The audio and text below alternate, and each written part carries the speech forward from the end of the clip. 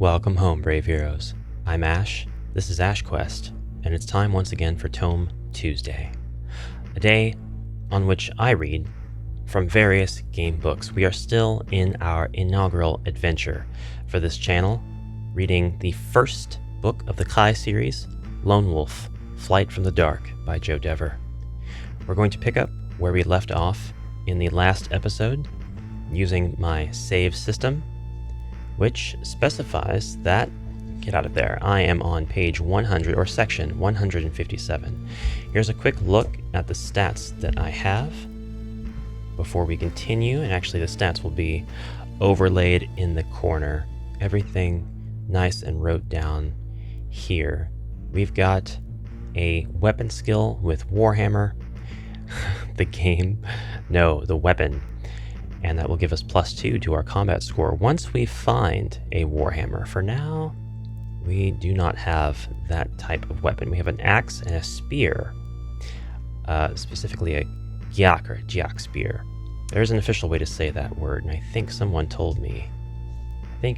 I think ME kindly told me that there was a glossary in the back that would explain how to pronounce some of the enemy names or some of the terms that are here. Oh yes, we do have a bestiary at the very end. We actually get to see pictures, descriptions of the different monsters that appear in this book. That is really cool. I didn't know about this. I didn't flip through this book entirely when I first got it. I figured it would just be essentially a reprint once I saw that it wasn't the edition that came with the 100 extra sections. In fact, past the 350th section in the book is the Magnamund Archives. You can laugh that I didn't know that this was back here before now, but this is actually incredible. I'm really appreciative that they decided to include this extra section in the back of the book. We have an Ages of Magnamund timeline. We have some encyclopedic entries on the Kingdom of Summerland and Holmgard, as well as the Temple of Raumus, Malice Mound, the Graveyard of the Ancients, Alama Bridge, the Kai Order and the Brotherhood of the Crystal Star, the Dark Lords of Helgadad, and the Gyak. Though we also get the national anthem of Summerland in the very back, the Summer Sang. I don't get any sort of way to pronounce the names of the enemies, including the Gyak, although we do have a Gyak glossary. So if I pronounce Gyak as if that were their own native word for themselves using the pronunciation key here, although I don't have any references to that, that would be a bit unusual. I would think that the Gyak would be called that because that's the name given to them by someone who doesn't speak Gyak, but it's possible that those who refer to the Gyak are referring to the same word that they call themselves. That's a rarity, but it can happen, I suppose. Anyway, none of that really matters. We are on to 157, and we shall begin our adventure. The forest begins to thin out, until finally you can make out a road through the trees ahead. The highway is full of people heading south. Many are wheeling their possessions along on handcarts. If you wish to join the refugees and perhaps learn more of what has happened in the north, turn to 30. If you would prefer to continue to move south but under cover of the trees, turn to 167.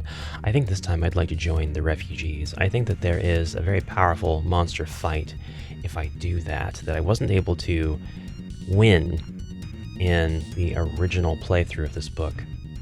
While I'm playing, I want to mention that there are plenty of helpful comments that I get for each of these episodes. I do appreciate them. However, I would counsel you to avoid giving me any spoilers of alternate paths that I could take, because those are not helpful in retrospective. I'm not planning on jumping back several sections to take advantage of anything like that, and I want to be able to enjoy the book again and again should I choose to reread it and take a different path, either for a different playthrough on a video series or just for personal reasons outside of video work altogether. So while those are helpful and it's fine to share general tips, no spoilers, please. We went to 30. And some of you may argue, which I hope you won't, and I hope that it's understood, but you know, the book is 1984. It's about 39 years old, and maybe to a lot of people there's no such thing as spoilers for something that old, but to me there are. So I've been around for almost 39 years, and there's plenty you don't know about me. All right, onward. The people are hungry and exhausted. They have traveled many miles during the night, desperate to get away from their burning city. Suddenly, you hear the beat of huge wings coming from the north. Kron! Kron! Hide yourselves! The cry goes up all along the road. Just in front of you, a wagon carrying small children breaks down, its right wheel jammed in a deep furrow. The children scream, terrified by the approaching Kron. I'm not going to be a coward. Predictably, I'm going to help the children and turn to 194. You sprint toward the wagon. People are running everywhere in panic as the Kron begin their attack. They swoop low and snatch their poor victims off into the sky. A large Kron comes gliding in to hover above the wagon, and 3 snarling Gaks drop from its back onto the startled horses. The children scream with horror. You must fight these enemies quickly, or abandon your rescue and seek cover from the attacks in the shelter of a nearby farmhouse. I wish to fight the Gaks. I won't abandon the children, even though the other villagers have been taken. We're going to turn to 208. This is a valiant Kai Lord. Whoops. One that goes right by the chapter prompts. The ghoulish creatures thrust their spears at you and attack. Fight these creatures as a single enemy. Orgadak Ta'agim Gaks. Combat skill 15. Endurance 13. Now, it was pointed out in the previous episode comments that I have used 5 of my optional limit of 10 healing ability, and I'm going to keep true to that choice to keep that healing ability at a cap of 10 per adventure, because it is very much an easy mode with this much endurance points and this much of a combat skill. So once I have reached that total of 10 and I have that die to mark that I have 5 left, I will no longer take advantage of the healing ability until the next adventure. And whether or not I continue to use that will be contingent on how easy the adventures become. But in those last couple of sections, I would have healed 1 point per section, and that would bring me back up to 26, which is my maximum EP, and this would drop down to 3. Now, I'm still very early in this adventure, but I figure heal now, heal later, it doesn't matter. I'll have the same amount of EP gained and lost, kind of no matter what. We're going to engage these Gaks combat, and to do so, we're going to roll the 10-sided die rather than choose a random number from the random number table. We rolled a 3. Now, we're going to compare our combat skill, which is a 17, and we also have a Mind Blast, which gives us a bonus of 2 combat skill. They're not immune to Mind Blast, so we're actually going to have a combat skill of 19 for this. So the combat results table, which I desperately need to print this out and keep it handy separate so that I'm not having to return to the back of the book every time. I have a combat skill total of 19 versus the Gaks, which have a combat skill of 15. And so, +4 in my favor. I've rolled a 3, and the enemy will lose 7 endurance points while I lose 3. I am now down to 23 endurance points. This column here is my running total, by the way. These numbers above the last number mean nothing. They're just the previous values of what I had. They thusly lose 7, which brings their endurance points down to 6. And now it's time for a second round of combat with the Gaks. That's as simple as the combat is. It's as simple as it needs to be. I like it. We're going to Mind Blast them again. This time we've rolled a 2. A terrible roll, to be sure. And so our ratio is still going to be in this column here. We've got an advantage of +4. But with the 2 we've rolled, we're actually going to lose 3 endurance points, and they'll lose 6. So we don't actually lose any more endurance points than normal, but they are going to finish living. They're all done living. They have now died. If you win, you can run to the safety of the farmhouse by turning to 148, or you can return to the woods by turning to 320. Wow, you can actually, according to this wording, you can just retreat. I know that some of you would interpret this as if you win, you can do this or this. But the The interpretation that I have is that this punctuation here completely relieves us of the win condition, and it makes me feel like we could go ahead and retreat. That interpretation I think would be valid if somebody wanted to read it that way due to how it's worded, even though I don't think that was the intention. But we did win, so we can go to the safety of the farmhouse and turn to 148. Less talk, more play, Ash. Less talk, more play. Kicking open the door, you dive into the farmhouse. A Kron soars overhead, shrieking victoriously. A victim hanging helpless in its claws. As you pull yourself to your feet, you find yourself alone in this abandoned farmhouse. The kitchen has been emptied of food, but propped against its fireplace, you discover a warhammer. You may take this weapon if you wish, and you'd better believe I'm going to take that weapon.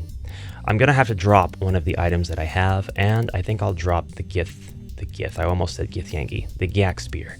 Putting a +2 there just to remind myself to apply that to my total combat skill, which will now be 19 whenever I face an enemy, since I now have the weapon in which I have been trained. My weapon skill is the Warhammer.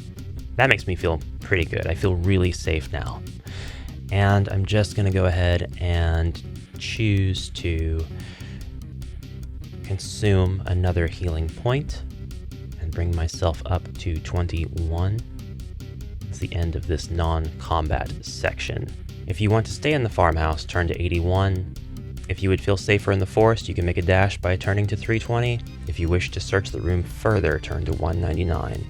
I'm going to save here at 148, and I'm going to turn to 199. We're going to search this room further. Most of the cupboards and drawers are empty. You can sense that whoever once lived here left in a hurry.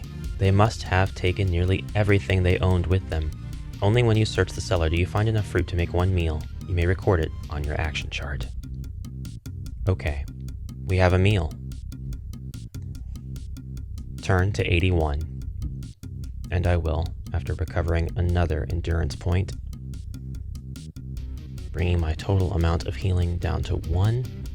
After they have completed their attack, the Kron and their cruel riders take to the skies and vanish toward the west. As the shocked refugees start to emerge from the woods, you can hear the sound of horses galloping in the distance. They are coming closer. You stay hidden and wait as the riders come into view. They are the cavalry of King Ulnar's royal guard, resplendent in their burgundy uniforms. And here we have a bit of art, displaying these wonderful cavalry guards. If you wish to call to them, turn to 183. If you would rather continue along the forest edge towards the south, turn to 200. We're going to call out to them. 183, hey! You guys! I do believe we are coming up on that battle. The officer orders his men to a halt, and then he demands to know your business. You tell him that you are a Kai initiate. You also tell him that the Kai monastery has been attacked and destroyed. He and his men are deeply saddened to hear your news. He offers you a spare horse and asks if you wish to accompany him and his men. They are on their way back to regroup with the rest of their regiment. He informs you that their commanding officer is Crown Prince Pelithar, King Ulnar's son. I will accept the offer by turning to 97. The alternative is to travel along the forest.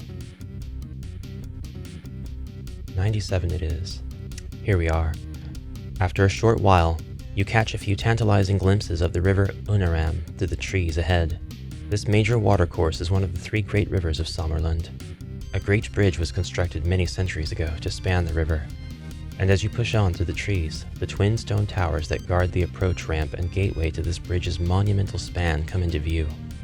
In the shadow of the towers, there is an area of leveled ground. A wide plaza paved with ancient slabs of granite worn smooth by the passage of years. This paved area is known as the Alma Mater. It has often served as a meeting and trading place for merchants, but now it is being used for a much more sinister purpose. The Alma Mater is teeming with Gaks and Drakarim assault troops. They are mustering as reinforcements for a fierce battle that is now being waged in the center of the bridge. You judge that it would be suicidal to try and cross the Alma Mater, for it is choked with enemies. You backtrack into the forest and make a wide detour. You soon arrive at a turnpike running parallel to the river. Patiently, you await your chance to race across the road and dive for cover among the bushes opposite. If you had a horse, you leave it in the forest. I see, so there's more than one way to get to this part. and so it's a bit vague. Once you are sure that you have not been seen, you make your way down to the water's edge. Here, you rest for a short while among the tall grasses which fringe the river bank, marveling at the magnificence of the Alema Bridge. This ancient river viaduct is over 1 mile long, comprised of a series of elegant stone compression arches interrupted at regular intervals by grand towers and huge granite piers. I apologize. At its center stands the Durnstone. For many centuries, this wide central pier of the Alema Bridge has been used as a marketplace. A fierce battle is now raging on the Durnstone. The clash of steel and the cries of men and beasts echo through the forest. Amidst smoke and flame, you can see the winged horse standards of Crown Prince Pelethar. Somehow, alerted in time to the invasion, the prince has hurriedly gathered his elite troops and ridden there, from the king's citadel and home guard. You determine that your best hope for survival now lies with the prince and the court guard, his elite bodyguard. If they fall here, your mission has already failed. Under cover of the tall grasses, you make your way upstream to the nearest of the bridge's 2 gatehouse towers. At the base of each tower, there is an iron ladder which ascends to a loading hatch located just beneath the wide central span of the bridge road. You resolve to climb and enter the nearest tower by way of its loading hatch. From there, a flight of wooden steps ascend to the top of the bridge's gatehouse arch. Upon reaching the top of the stairs, you cross over the gatehouse arch and turn along one of the raised walkways running parallel on either side of the bridge. Using your speed and stealth, you avoid detection by the enemy troops on the bridge road below. You are able to hurry along the walkway toward the guarded entrance to the Durnstone. You stop to observe the battle that is raging in the paved plaza below. In the center of this magnificent square, Prince Pelethar's court guards are locked in mortal combat with the Dark Lord's assault troops.